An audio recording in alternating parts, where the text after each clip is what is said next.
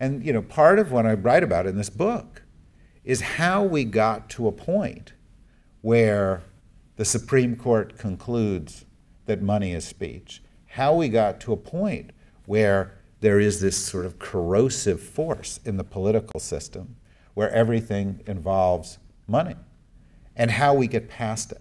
And I don't want to leave you, particularly since there's an audience with a lot of younger people in it, I don't want to leave you with a downer message about this. It can be fixed. We live in a world in which new technologies can transform the way people engage in the political system.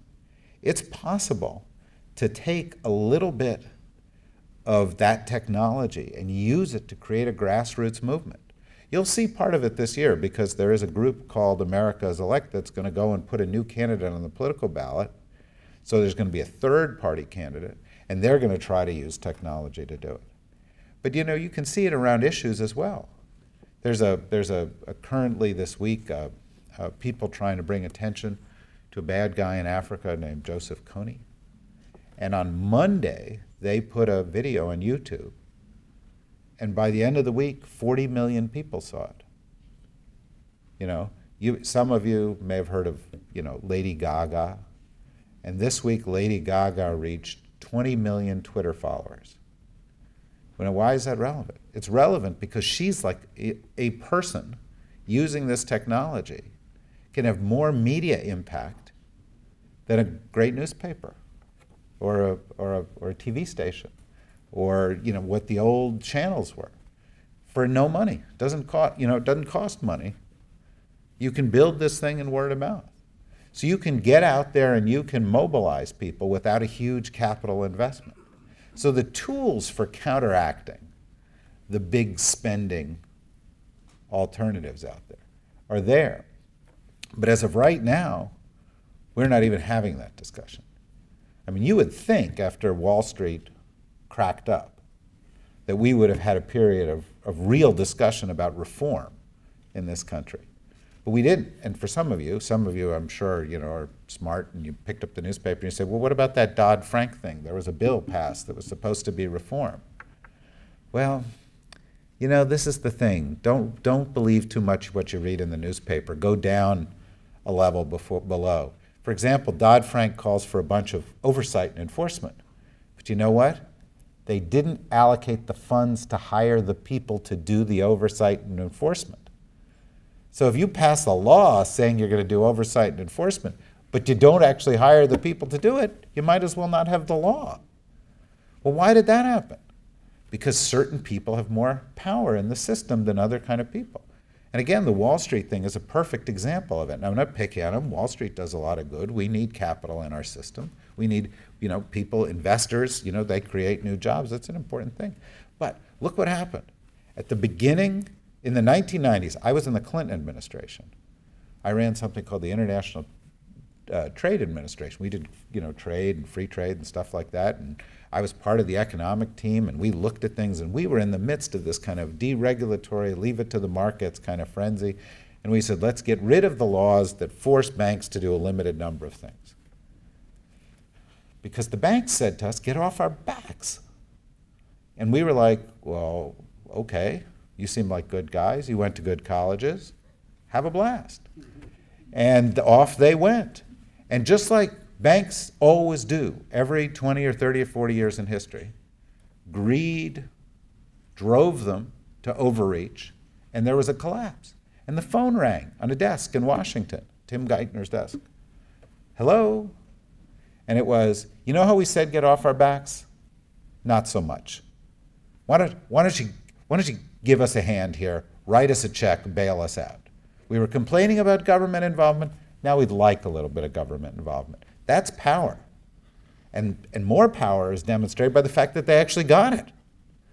But if you really want to see a demonstration of power, once the money came in and they got back up on their hind legs, what did they do? They said, go away.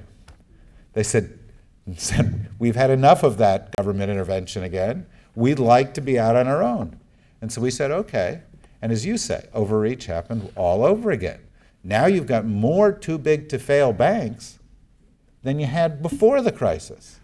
You've got more derivative deals happening than you had before the crisis, these kind of complex financial transactions that can blow up the market.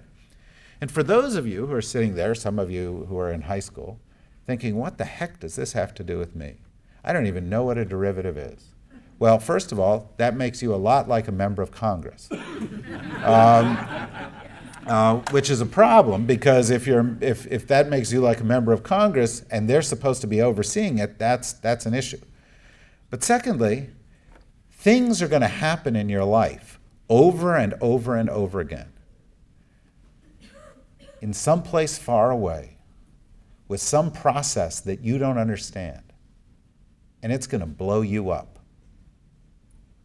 You're not going to know it, but some guy, maybe it's an investment banker at Deutsche Bank in Frankfurt, doing a deal with some government official in Athens or in Shanghai, and he's going to do the wrong deal. He's going to try to get a little bit more profit. He's going to look the other way when risk happens. And that deal's going to blow up a bank in Europe. And you're going to be sitting here golfing or doing whatever people do in California, tennis. I saw some good tennis over here. And all of a sudden you're going to go home and somebody's going to call you up and say, you know what? You don't have a job. We're foreclosing on your home. Your bank account has shrunk and you don't have a retirement income anymore. So you got to pay attention to this stuff. This is the weather. This is the economic and political weather around you. And it's happening far away, and it's happening in disciplines that are hard to understand. And one of the problems with derivatives, it's not that it's hard to understand, it's impossible to understand. Nobody understands it. The smartest people in the world. I've been in rooms with those people. No one mistook me for one of them, but I've been in rooms with one of those people, some of those people. And they don't understand where the risk is. And that's the problem with a system like that. If you're rich enough, you can persuade somebody to look the other way, and then you can go and do something that's so fraught with risk that it can blow up the lives of ordinary people, and you can get the government to bail you out while the ordinary people get left at the side of the street. And that's what happened here.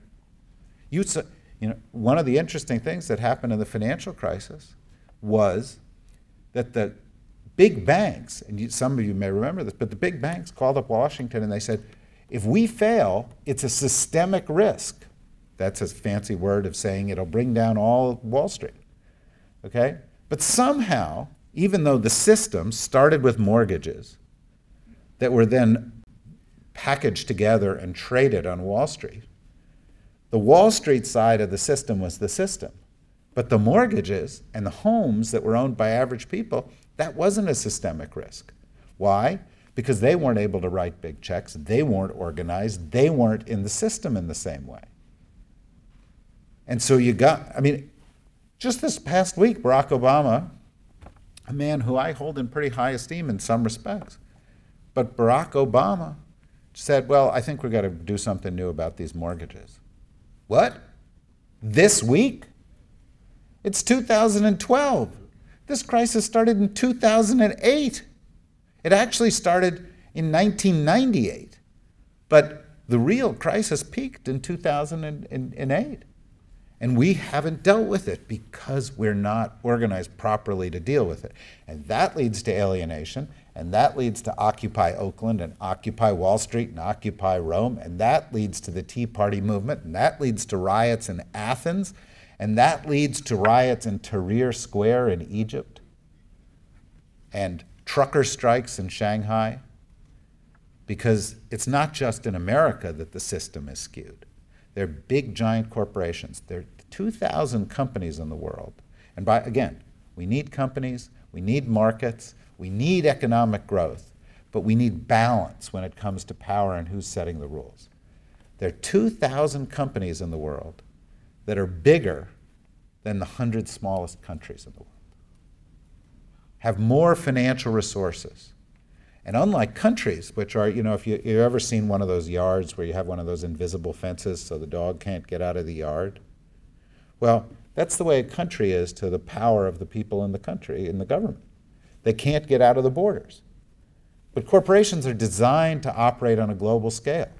They can be domiciled in 20, 30, 100 countries. If the United States doesn't give them money, or the United States tries to enforce a law, they'll go someplace else. And their resources are so gigantic. I mean, Walmart employs more people than 60 countries have citizens. I mean, who do you think has more influence on global climate talks? Sweden, the 30th biggest country in the world or so, or Exxon, which has GDP roughly, sales roughly the size of Sweden's GDP. Exxon has more offices worldwide in more countries, almost twice as many as Sweden has embassies, has more discretionary money to go spend lobbying than Sweden's foreign ministry has discretionary money to go and intervene in political debates around the world. So this tilts things. And that's not the way the system was built. And so it's time for a rebalancing. And you can use technology to do it, or you can push for new kinds of laws to do it. But we have to sort of take a step away from the things that we've been swallowing for the past couple of decades. That if you leave it to the markets, it's all going to be okay. Because as good as markets are at doing a lot of things, they don't have consciences. They don't help old people. They don't help sick people. They don't look out for the little guy. We need a system to do that. And that's why you have governments. You can't buy into, there's this thing. Some of you may have watched, and I hope I don't offend anybody politically here. I want to be uplifting. But I'm gonna probably.